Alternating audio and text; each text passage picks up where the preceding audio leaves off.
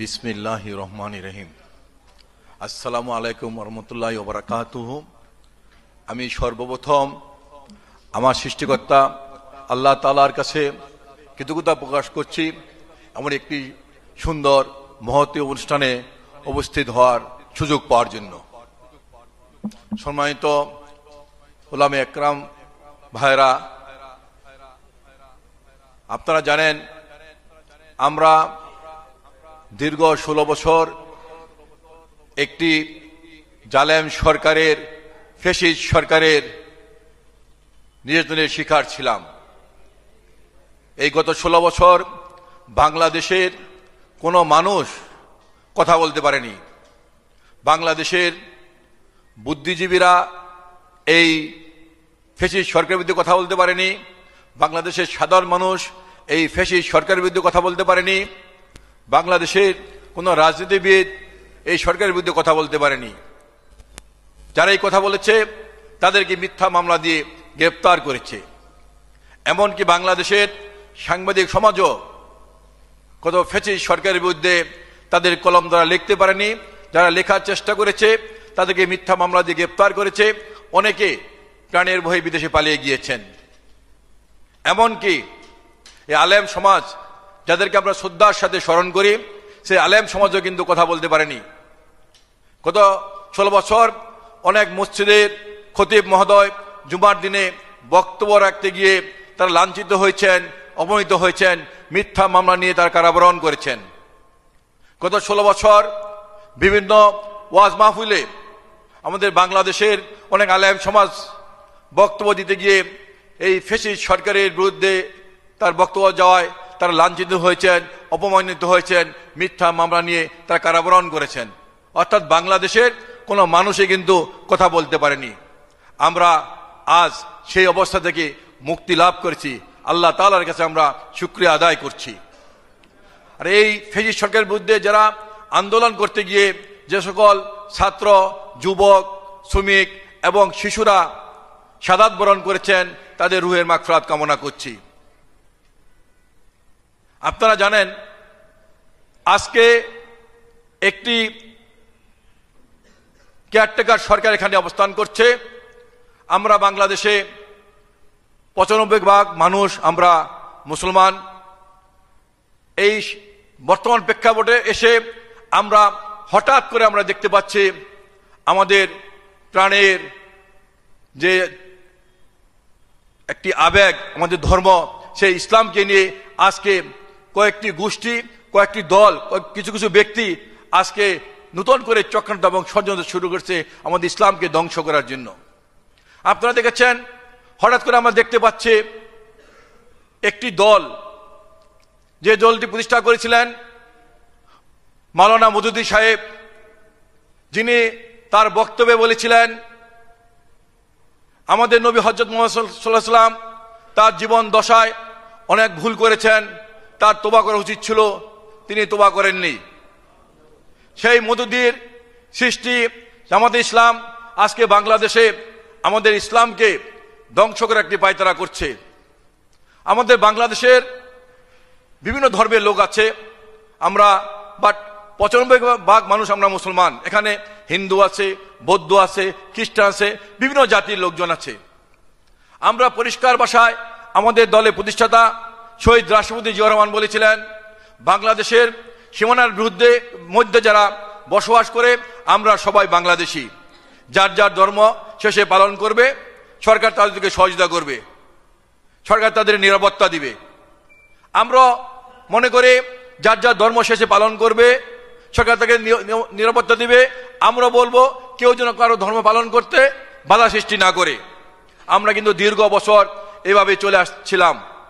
কিন্তু গত পূজায় হঠাৎ করে আমরা দেখতে পেলাম একটি রাজনৈতিক দল, যে মাওলানা মওদুদী যে দলটি সৃষ্টি করেছেন, ওই দলটি মাথায় টুপি পরে তারা মন্দিরে গিয়ে তারা গীতা পাঠ করছেন। তারা মন্দিরে গিয়ে বলেন হিন্দুদের উলুধ্বনি আর আমাদের মুসলমানদের আজান একই জিনিস। ওই দলটি মন্দিরে গিয়ে বলছেন কৃষ্ণ, বিশু, মোহাম্মদ আলী সবাই শান্তির বাহক। আজকে ইসলামকে ধ্বংস করার পায়তারা করছে। আজকে ওই দলটির সাধারণ সম্পাদক তিনি বলেন সময় এসেছে কোরআনের আইন পরিবর্তন করা যাবে, অথচ এই পৃথিবী যতদিন থাকবে কোরআনে একটি দাগও পরিবর্তন করার সুযোগ কারো নেই। কিন্তু ওই দলটির সাধারণ সম্পাদক বলছেন যে কোরআনের আইন পরিবর্তন করার সুযোগ এসেছে। ওই দলটির এক নেতা তিনি অনেক ওয়াজ মাহফিলে অংশগ্রহণ করেন। ওই দলটির নেতা বলেন আমাদের কোরআন হলো সুমানকরের ফাঁকি। আবার বলেন তিনি অনেকবার কোরআন শরীফ পড়েছেন, সেই কোরআনে 53 জায়গায় ভুল আছে। এই যেগুলা বলে আজকে ইসলামকে ধ্বংস করার পায়তারা করছে, ইসলামকে শেষ করার পায়তারা করছে। আমরা মনে করি আজকে আমাদের সম্মানিত এই আলেম সমাজ এই ব্যাপারে আপনারা একটি ইসলামকে বাঁচানোর জন্য, ইসলামকে রক্ষা করার জন্য একটি ভূমিকা রাখবেন। আমরা বিশ্বাস করে বাংলাদেশে বিএনপি প্রতিষ্ঠাতা শহীদ রাষ্ট্রপতি জিয়াউর রহমান সর্বপ্রথম এই বাংলাদেশে সংবিধানে বিসমিল্লাহির রহমানির রহিম সংযোজন করেছিলেন। তিনি কিন্তু আলেমদেরকে তিনি সম্মান করেছেন। আলেমদেরকে সম্মান করে তিনি এই দেশকে একটি ইসলামিক রাষ্ট্র তিনি পরিণত করার জন্য, ইসলামী প্রচারের জন্য তিনি সুযোগ করে দিয়েছিলেন। আলেমদেরকে অনেক সুযোগ সুবিধা দেওয়ার চেষ্টা করেছিলেন। পরবর্তী পর্যায়ে আমাদের নেত্রী বেগম খালেদা জিয়া কিন্তু আলেমদেরকে সম্মান করতেন। আমরা দেখেছি অনেক আলেমদেরকে তিনি ডেকে কথা বলতেন।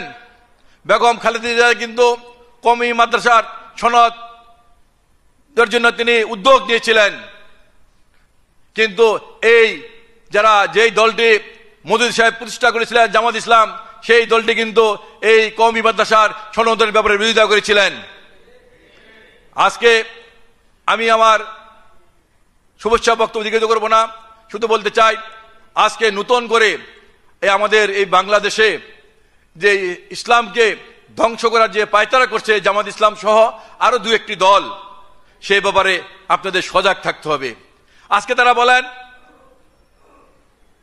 দাঁড়িপাল্লায় ভোট দিলে বেহেশতে যাওয়া যাবে, দাঁড়িপাল্লায় ভোট না দিলে তারা দোজখে যাবে।